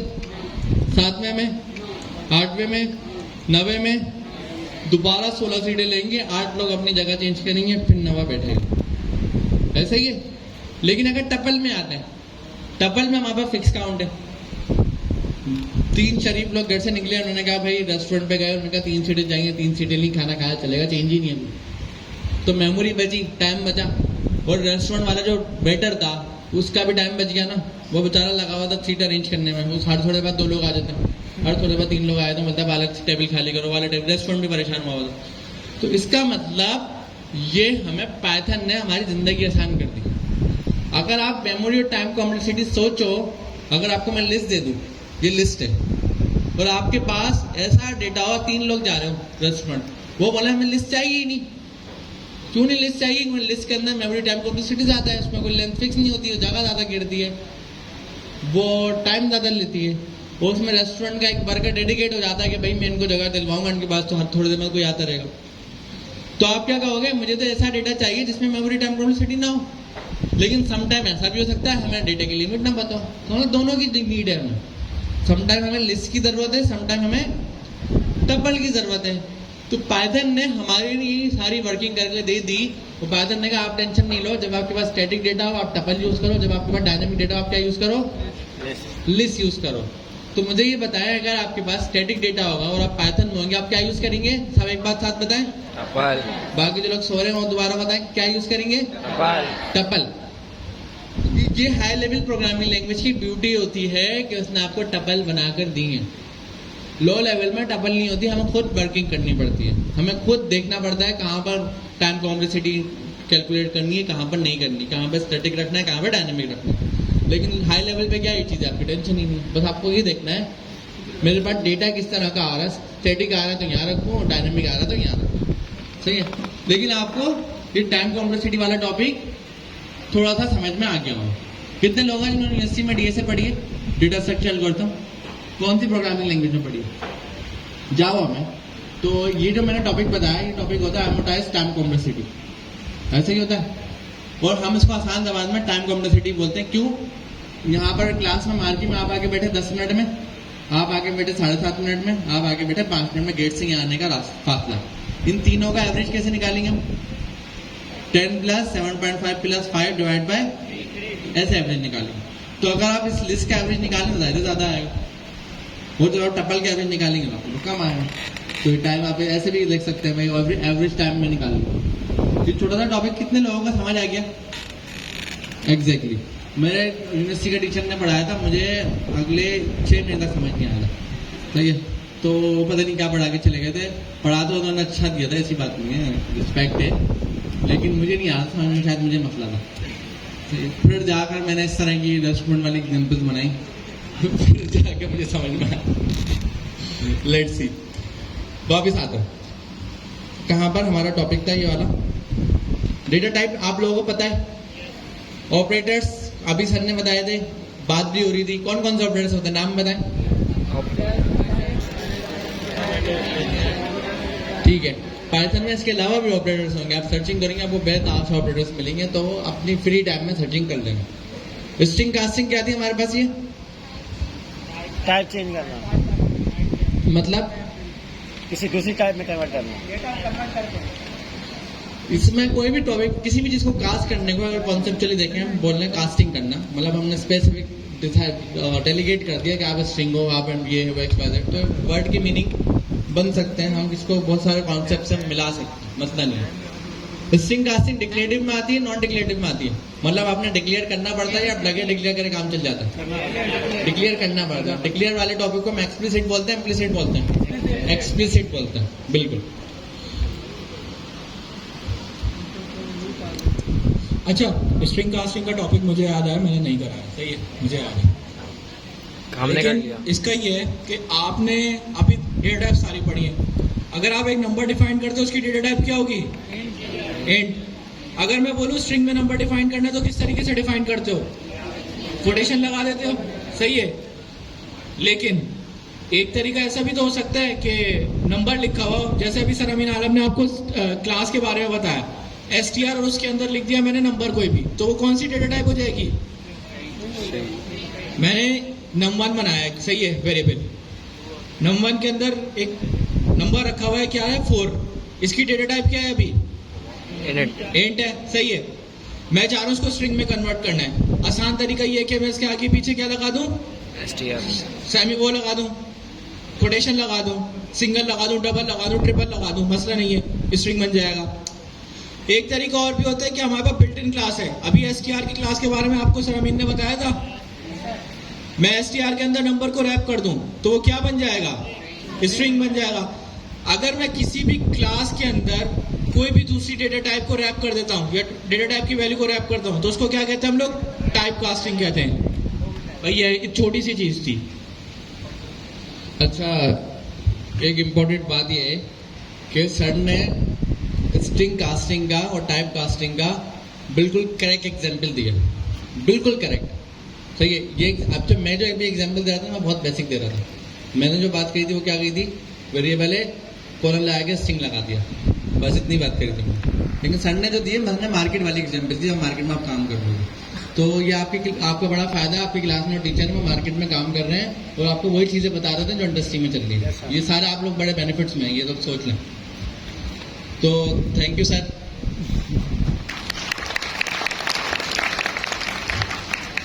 ठीक है, और इसके अलावा अगर आप इसको ओपन करेंगे तो इसमें भी बेसिक वाली एग्जांपल लिखी हुई, इसमें एडवांस वाली नहीं लिखी हुई, लेकिन सर ने आपको डायरेक्ट मार्केट का कॉन्सेप्ट बता दिया। और तो ये अपने माइंड में आप लोग रख लें चीज़ें ना, छोटी छोटी चीज़ें होती हैं, सम टाइम काम आ जाती हैं हमारे। इस स्टेप को अगर मैं ओपन करूंगा, इसमें सिर्फ ये टाइप कास्टिंग का मतलब कि हमने वेरिएबल को स्ट्रिंग बना दिया, बस बात करना। इसके आगे की चीज़ें आप लोगों ने खुद पढ़नी है। तो एक कॉन्सेप्ट आपको सर से मिल गया, बाकी आप लोग सर्चिंग करके आगे कंटिन्यू करें। Control flow, if else control flow क्यों कहा हमने इसको, किस तरीके से? किसी चीज के कंट्रोल हमारे पास प्रोग्रामिंग इंटरप्रेट होती है, ऐसा ही है। पाइथन जो है वो स्क्रिप्टिंग लैंग्वेज है। स्क्रिप्टिंग लैंग्वेज का मतलब क्या हो, कैसे चलती है?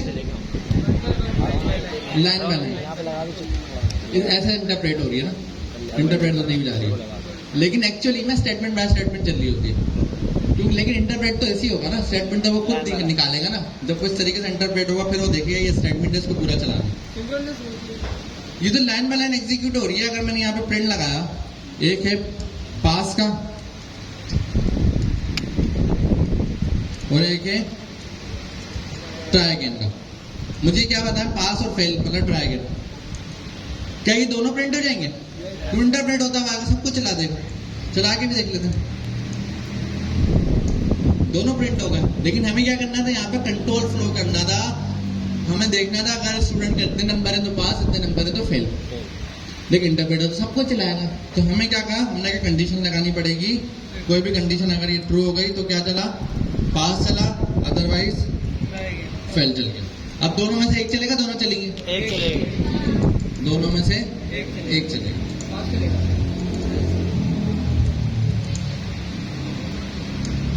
ठीक है, पास चल गया।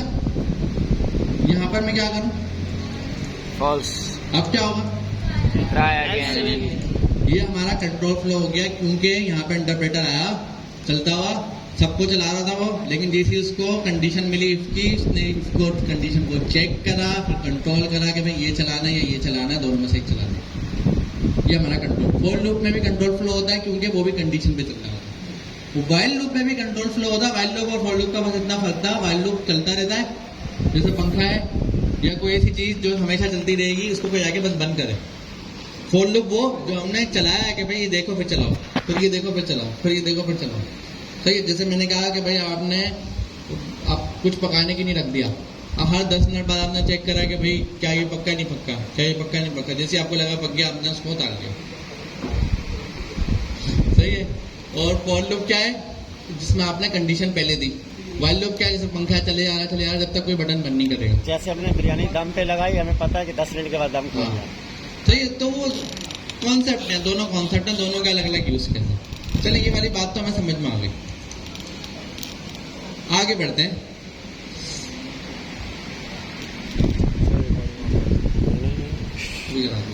ठीक है। आप लोग ना हमेशा एक फायदे में रहोगे। टीचर किसी को शुरू में अच्छा मिल जाए ना, उसका बेनिफिट क्या होता है मैं बता रहा हूँ। बेनिफिट ये होता है, मार्केट में कहीं भी जाओगे आपको ना कॉन्सेप्ट रिमाइंड होते रहेंगे। कोई भी आपसे आगे डिबेट करेगा, आप सही कॉन्सेप्ट को पिक करोगे, क्योंकि आपके टीचर ने आपको सही एग्जाम्पल दिए, सही बताया। अब एक कॉन्सेप्ट अब मेरी आदत है कि आप लोगों को थोड़ा सा तंग करनी, वो करना जरूरी है। भाई मुझे आपके टीचर आपके लिए भला चाह रहे हैं, मैं थोड़ी चाहूँ, मैं क्यों चाहूँ।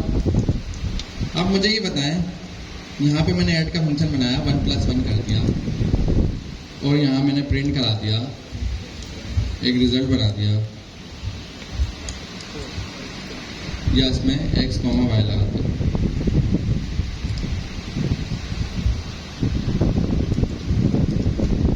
रिजल्ट में क्या प्रिंट होगा, यहाँ पे 4 प्रिंट हो जाएगा। हो गया। मुझे बताएंगे रिटर्न ने क्या करा। वापस करें। रिटर्न का कॉन्सेप्ट एक आपने बताया, वैल्यू निकाल के वापस कर दी, एक बात होगी। दूसरी बात कोई नई बात। सही है। और कोई बताए कॉन्सेप्ट बताए।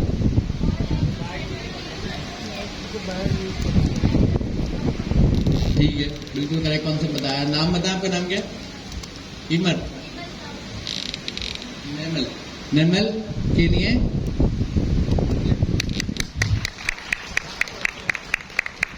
बिल्कुल करेक्ट कॉन्सेप्ट बताया। नेमल भाई स्टूडेंट ने करेक्ट कॉन्सेप्ट बताया। बाकी सब क्या कर रहे हैं, क्यूरियोसिटी क्यों नहीं है आपके अंदर? क्यूरियोसिटी होनी चाहिए भाई, आप प्रोग्रामर हैं, छोटे छोटे कॉन्सेप्ट पे क्यूरियोसिटी होनी चाहिए। ये चीज ऐसे क्यों है, ऐसे क्यों है, ढूंढे, निकालें, पढ़ें। बाकी सबने सही जवाब दिए, ऐसी बात नहीं है सही जवाब नहीं दिए, लेकिन वो जवाब नहीं जो हमने पढ़ा है, वो तो कॉपी करा आपने। वो तो जो पढ़ा है वो बताना तो आसान था, अपनी नई चीज निकाल के लाना मुश्किल था, क्योंकि उससे पता लगता है कि आप सर्चिंग कर रहे हैं, आप लोग में क्यूरियोसिटी है। और कोई कॉन्सेप्ट? एक कॉन्सेप्ट मेरा भी है, जैसे मिस नेमल ने बताया।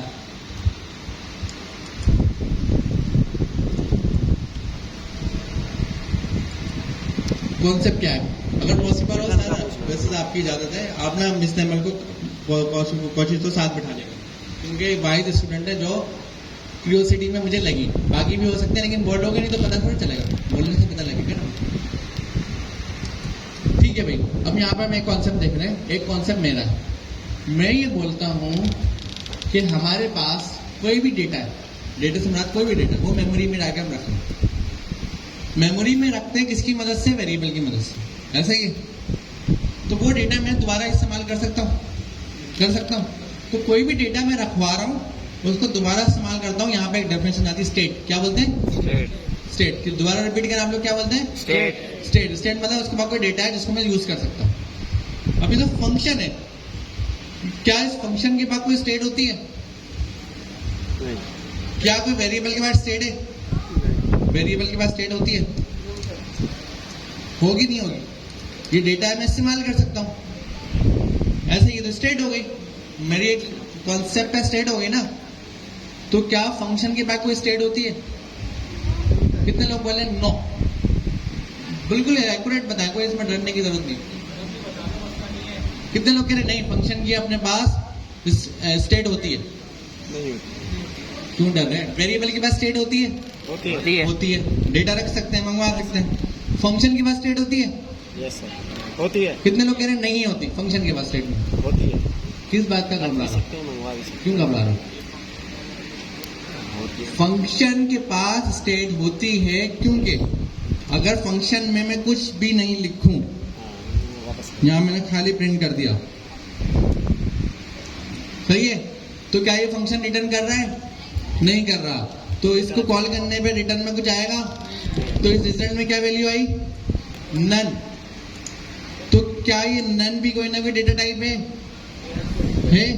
क्या ये नन कहीं पे स्टोर है? तो जब कोई चीज कहीं पे स्टोर है तो वो स्टेट में आ गई नहीं आ गई, तो उसका मतलब फंक्शन के पास स्टेट है। लेकिन अगर यहाँ पे मैं प्रिंट लिख देता हूँ, रिटर्न लिख देता हूँ, वो फिर मैं चेक करता हूँ तो मेरे पास क्या आएगा, 4 आ जाए। तो इसका मतलब फंक्शन के पास स्टेट होती है। अगर मैं रिटर्न लिखता हूँ तो वो स्टेट रिटर्न को मिल जाती है, अगर मैं रिटर्न नहीं लिखता तो वो स्टेट खुद ही से नन कर देता है। तो फंक्शन में एक कॉन्सेप्ट होता है टर्मिनेशन। टर्मिनेशन क्या होता है कि फंक्शन एक जगह पर आके खत्म हो जाएगा, टर्मिनेट हो जाएगा। तो टर्मिनेट फंक्शन अपनी स्टेट से होता है। फंक्शन की जो जान होती है ना उसके स्टेट में होती है। फंक्शन से आप स्टेट ले लो, फंक्शन खत्म हो जाएगा।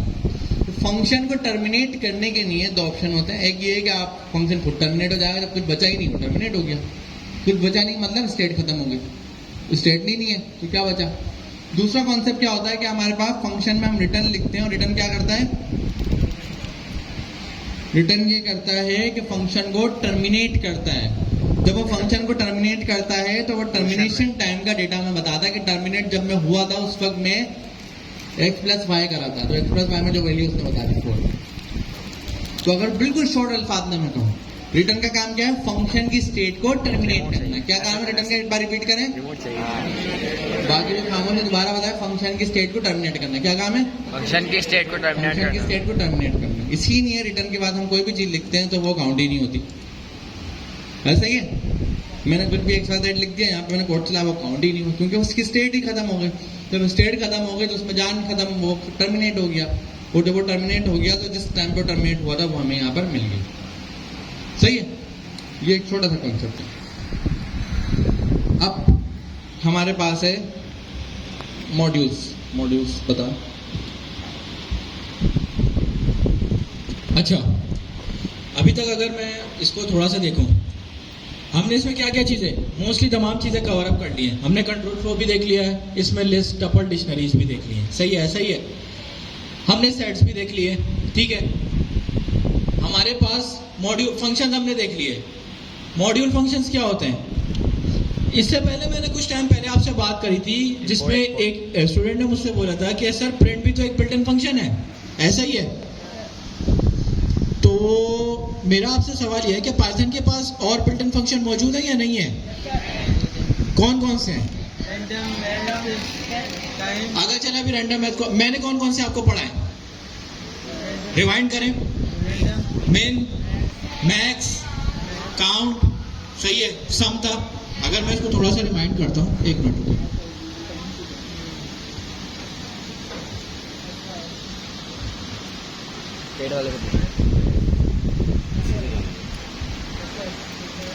दोनों फर्क क्या आते हैं?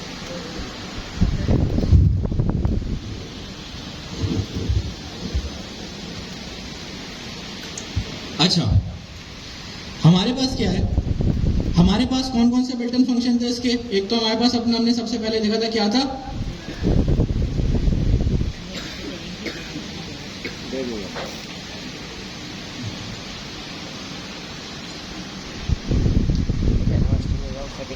सही है, प्रिंट था। इसके अलावा हमने क्या पढ़ा था, मैक्स पढ़ा था।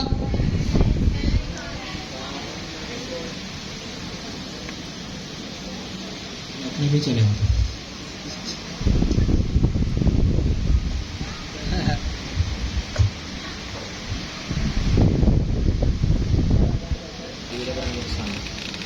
अपने लैपटॉप का काम नहीं होता। हाँ, मेरे से भी दूसरे के साथ इससे नहीं हुआ मेरे से। हमने क्या क्या पढ़ा था, जल्दी से देख लेते हैं ना। वो तो है, अच्छी बात है।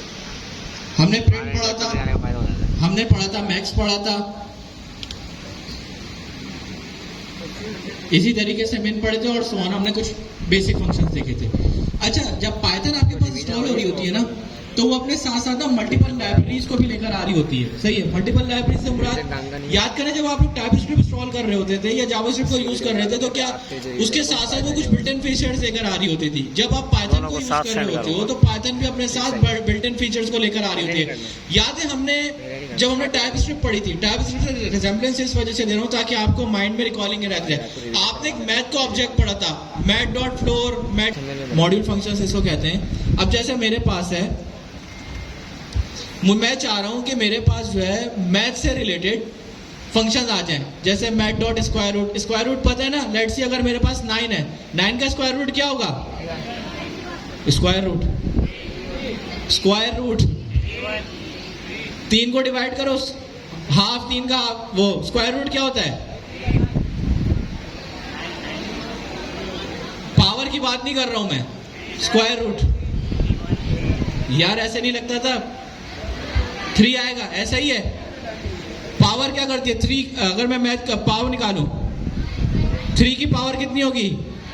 3 मल्टीप्लाई बाय 3, यानी क्या मैथ के बेसिक फंक्शन है ना, ये हमारे पास टाइपस्क्रिप्ट में मौजूद थे। पाइथन जब इंस्टॉल होती है हमारे पास वो भी क्या होती है, हमारे पास ऐसे बिल्ट इन फंक्शन लाती है। अब ये आपका काम है सर्च करना, मैं भी आपको बताता हूँ। मेरे पास एक लाइब्रेरी है मैथ की, यानी इंपोर्टेंट स्टेटमेंट क्या थी? फ्रॉम मैथ, हाँ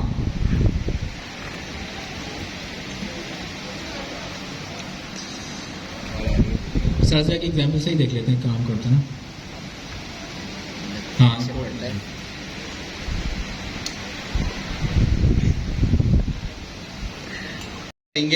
बल्कि अब हम पढ़ेंगे programming as a concept, as a real world analogy, मतलब दुनिया में किस तरीके से काम हो रहा है, इंडस्ट्री प्रैक्टिस क्या है, प्रोडक्शन रेडी कोड कैसे लिखा जाता है। हम उस पर्सपेक्टिव से प्रोग्रामिंग को पढ़ेंगे। अब आपके पहले वाले क्विज के बाद से जो आपका कोडिंग होगी क्लास में, वो सेंटेक्स बेस नहीं होया करेगी, वो कॉन्सेप्ट बेस हुआ करेगी। तो आप अब भूल जाएंगे कॉलन क्यों लगता है, स्पेस क्यों लगता है, ये डेफ का DEF क्यों लिखा, इससे अब बाहर आना पड़ेगा आप लोगों को, क्योंकि अभी आप सब लोग सेंटेक्स के अराउंड घूम रहे हो। आपको सेंटेक्स से निकलना है, कॉन्सेप्ट के अराउंड घूमना है, क्योंकि आपको ये पता होना चाहिए अगर मैं प्रोग्रामिंग में कोई सेंटेक्स लिख रहा हूँ तो ये रिक्वायरमेंट थी तो मैंने ये सेंटेक्स लिखा। ये नहीं होना चाहिए सेंटेक्स ये करता है, सेंटेक्स ये होना चाहिए ये रिक्वायरमेंट थी, इसको फुलफिल करने के लिए मैंने इफ एल्स लिखा। ये रिक्वायरमेंट थी, इसको फुलफिल करने के लिए ये क्लासेस बनाई। ये रिक्वायरमेंट थी, इसको फुलफिल करने के लिए हमने क्या बनाया। अब मुझे बताया, आप कहीं डिपार्टमेंटल स्टोर में जाते हैं, वहाँ बकेट होती है, बकेट होती है ना, बकेट में आप डेटा रखते हैं, डेटा समझाते हैं, सामान रखते हैं। तो आपके लिए एज अ प्रोग्रामर बकेट क्या है? आपके लिए एज अ प्रोग्रामर आप कहेंगे बकेट में एक फंक्शन कंसिडर कर लेता हूँ, एक फंक्शन है, उस फंक्शन का एक वेरिएबल है। कौन सा वेरिएबल है? बकेट का नाम। और दूसरा वेरिएबल क्या? बकेट के लिस्ट मतलब बकेट का स्पेस।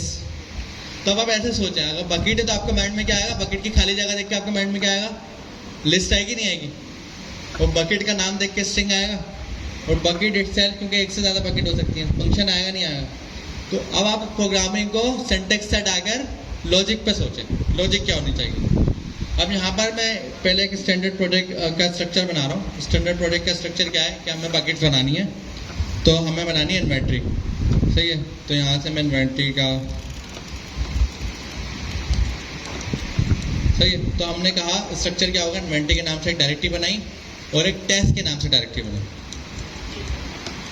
थोड़ा मैं फास्ट कराऊंगा, बाद में आप लोगों का रिवीजन हो जाएगा, टेंशन नहीं लें।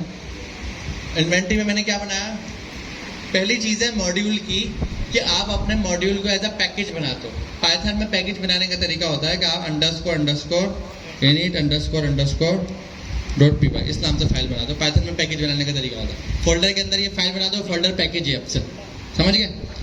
टेस्ट के अंदर भी मैं सेम फाइल बना दूंगा, __init__.py। सिर्फ इसका काम क्या है, इस फोल्डर को पैकेज बना दो, और कोई काम नहीं। इन्वेंट्री के लिए मैंने क्या बनाई, पहले मैंने बकेट बनाऊंगा मैं, bucket.py की फाइल आ गई।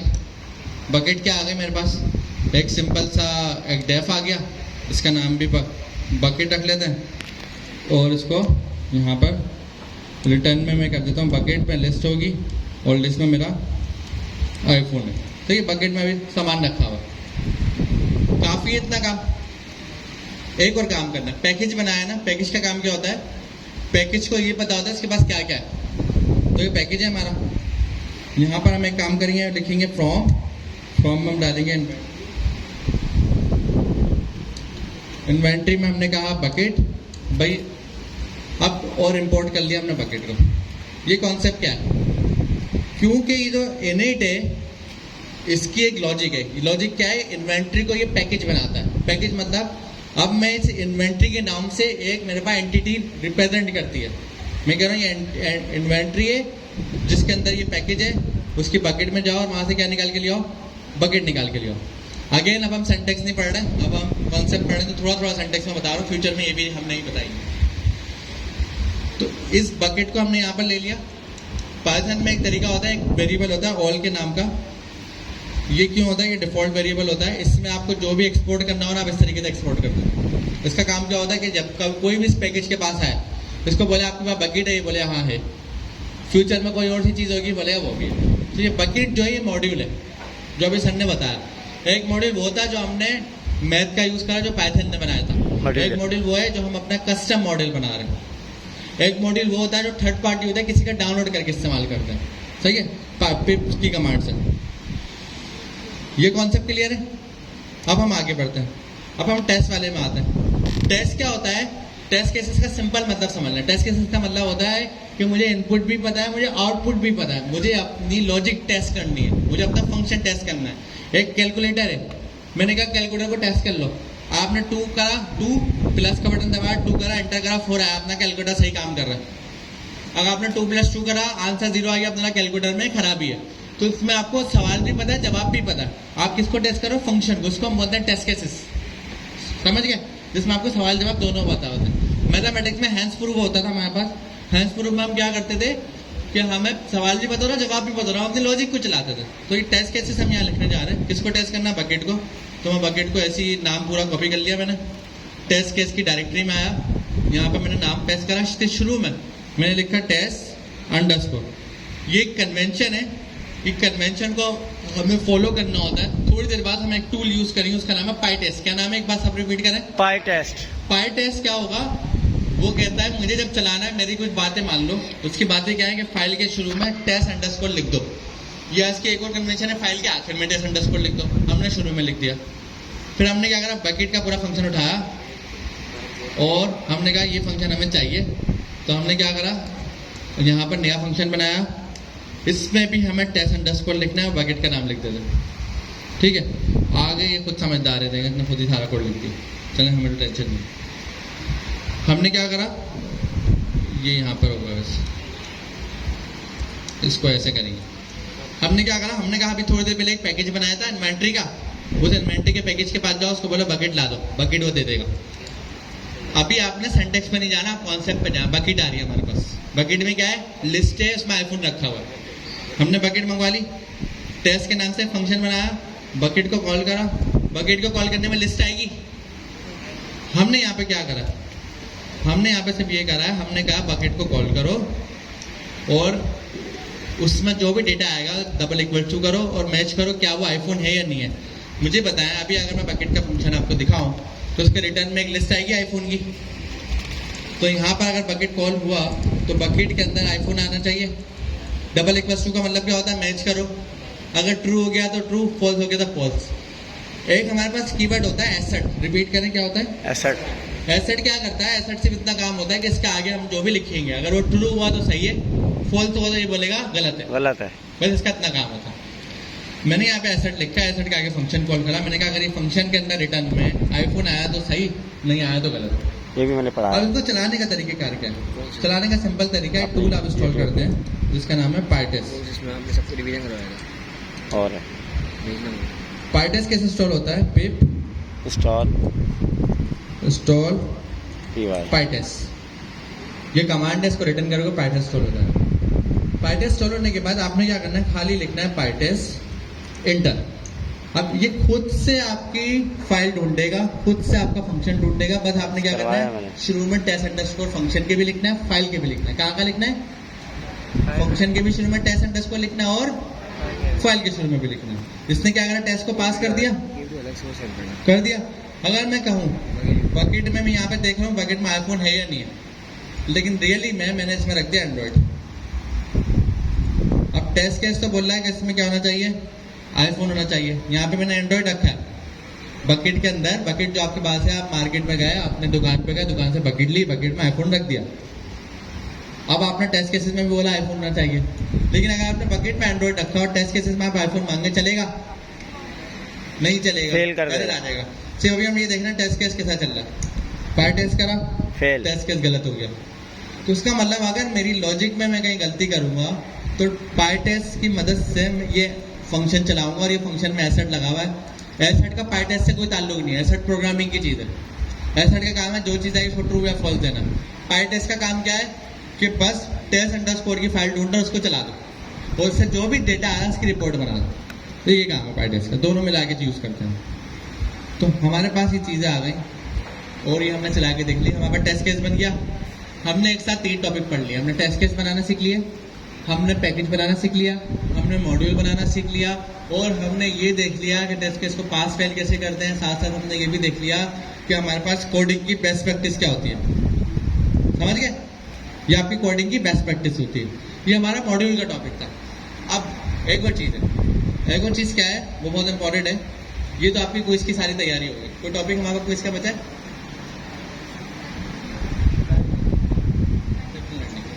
चलो एक्सेप्शनल हैंडलिंग का टॉपिक है, वो सर आपको पढ़ा देंगे, सर को जैसा लगेगा वो आपको बता देंगे, टेंशन नहीं लें, वो तो सर देख लेंगे।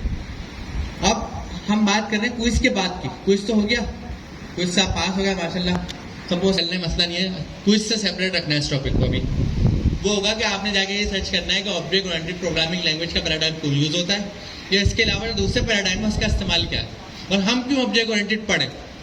दूसरा, प्रोग्रामिंग के कुछ पैटर्न होते हैं और पैराडाइम होते हैं। जैसे ऑब्जेक्ट ओरिएंटेड हमने देखा, पैटर्न, डिजाइन पैटर्न भी हम सीखेंगे साथ साथ। अगर आप रोड पे गाड़ी चला रहे हैं, अगर हर कोई सेम पैटर्न फॉलो कर रहा है तो इसका मतलब सब रूल फॉलो कर रहे हैं, गाड़ियाँ सही चल रही हैं।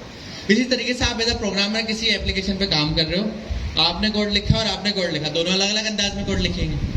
तो इसका नुकसान क्या है? इसका नुकसान ये है कि Python high level programming language है, पाइथन में कोड की ब्यूटी होना जरूरी है। अगर आप अलग अलग अंदाज में कोड लिखोगे तो आपका कोड इनको समझ नहीं आएगा, इनका कोड आपको नहीं। नया बंदा आएगा वो अपने स्टाइल में लिखेगा, कोड हमारा कचरा हो जाएगा।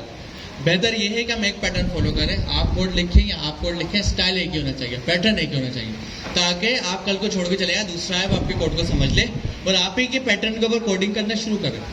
तो इसीलिए हम ऑब्जेक्ट ओरिएंटेड प्रोग्रामिंग लैंग्वेज पढ़ेंगे। ऑब्जेक्ट ओरिएंटेड प्रोग्रामिंग लैंग्वेज का एक मेजर कॉन्सेप्ट होता है, वो होता है क्लासेस।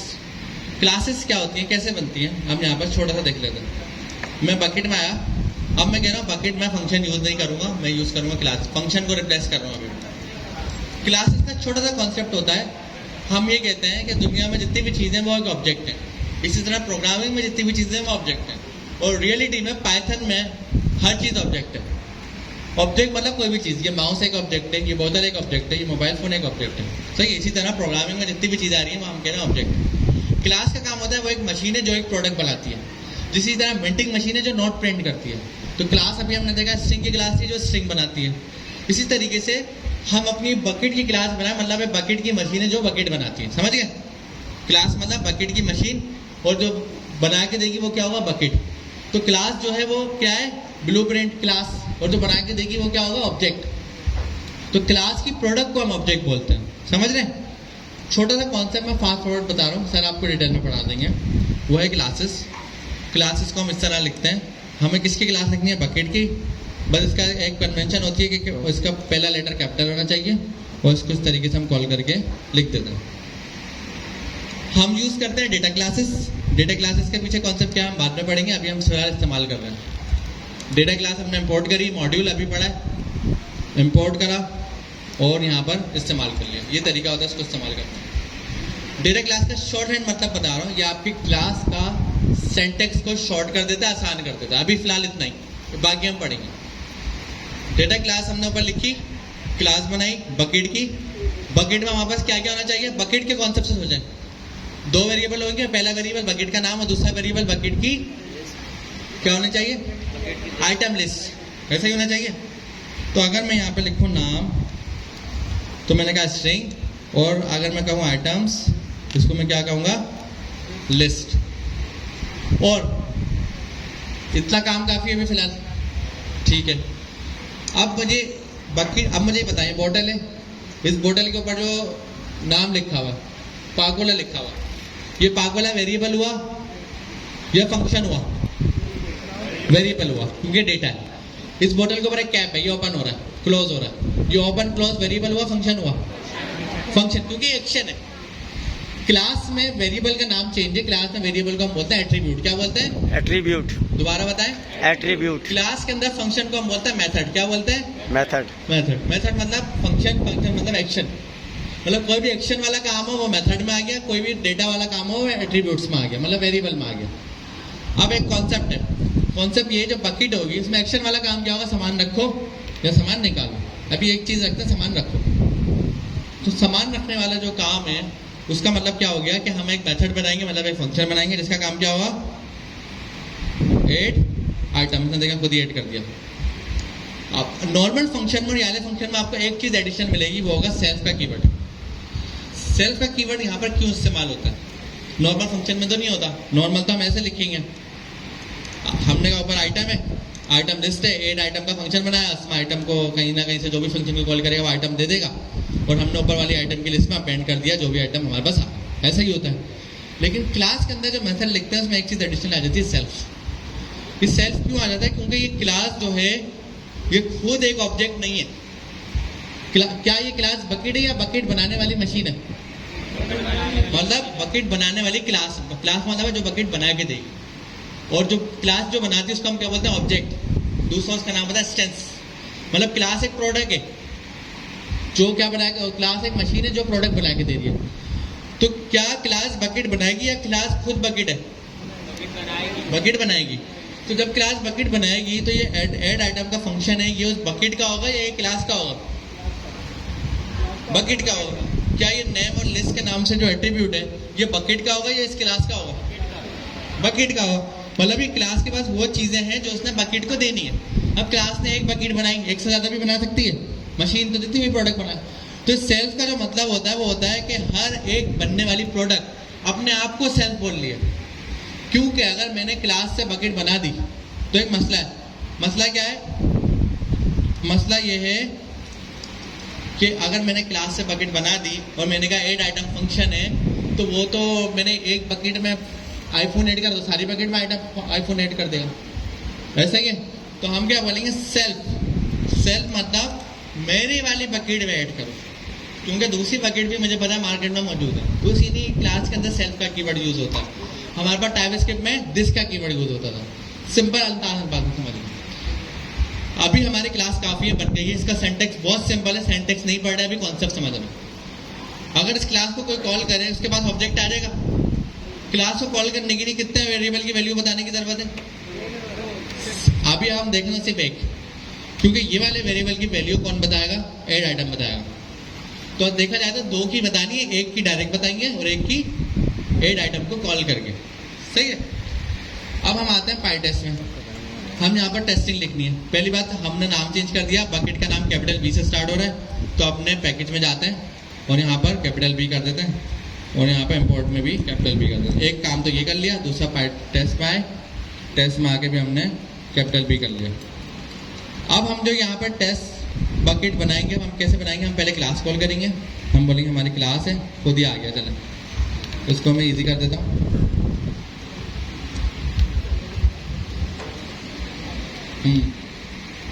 हमने यहाँ पे क्या करा, बहुत सिंपल तरीके से करेंगे, जितना सिंपल हो सकता है। मैं इन सबको क्लोज कर रहा हूँ, सिर्फ एक आइटम रखेंगे, इसको भी क्लोज कर दिया, इसको ऑन कर दिया। बिल्कुल सिंपल। हमने यहाँ पे क्लास कॉल करी, क्लास का हमने कोई भी नाम रख दिया, टेस्ट बकेट। अब इस बकेट में क्या रखा हुआ? ऑब्जेक्ट, मतलब मशीन की प्रोडक्ट। मुझे ये बताएं, क्लास कॉल हुई है, इस क्लास को हमने नाम दिया है, इसके रिटर्न में हमारे पास क्या आया? दोबारा बताएं। ऑब्जेक्ट। ऑब्जेक्ट के पास क्या क्या रखा हुआ है? क्लास का नाम, उसकी लिस्ट और एक मेथड। मेथड कौन सा है? प्रोडक्ट ऐड करने का। ये बकेट आ गई। अब ये बकेट एक ऑब्जेक्ट है। हमने क्या कहा था? क्लास का ऑब्जेक्ट, क्लास का मेथड नहीं है वो, किसका ऑब्जेक्ट है? क्लास से बनने वाले ऑब्जेक्ट का मेथड। तो हमने उसी क्लास के बनने वाले ऑब्जेक्ट को उठाया, हमने ऐड आइटम करा, ऐड आइटम में हमने रख दिया क्या? आईफोन। अब असूल है, बकेट के अंदर क्या रखा हुआ है?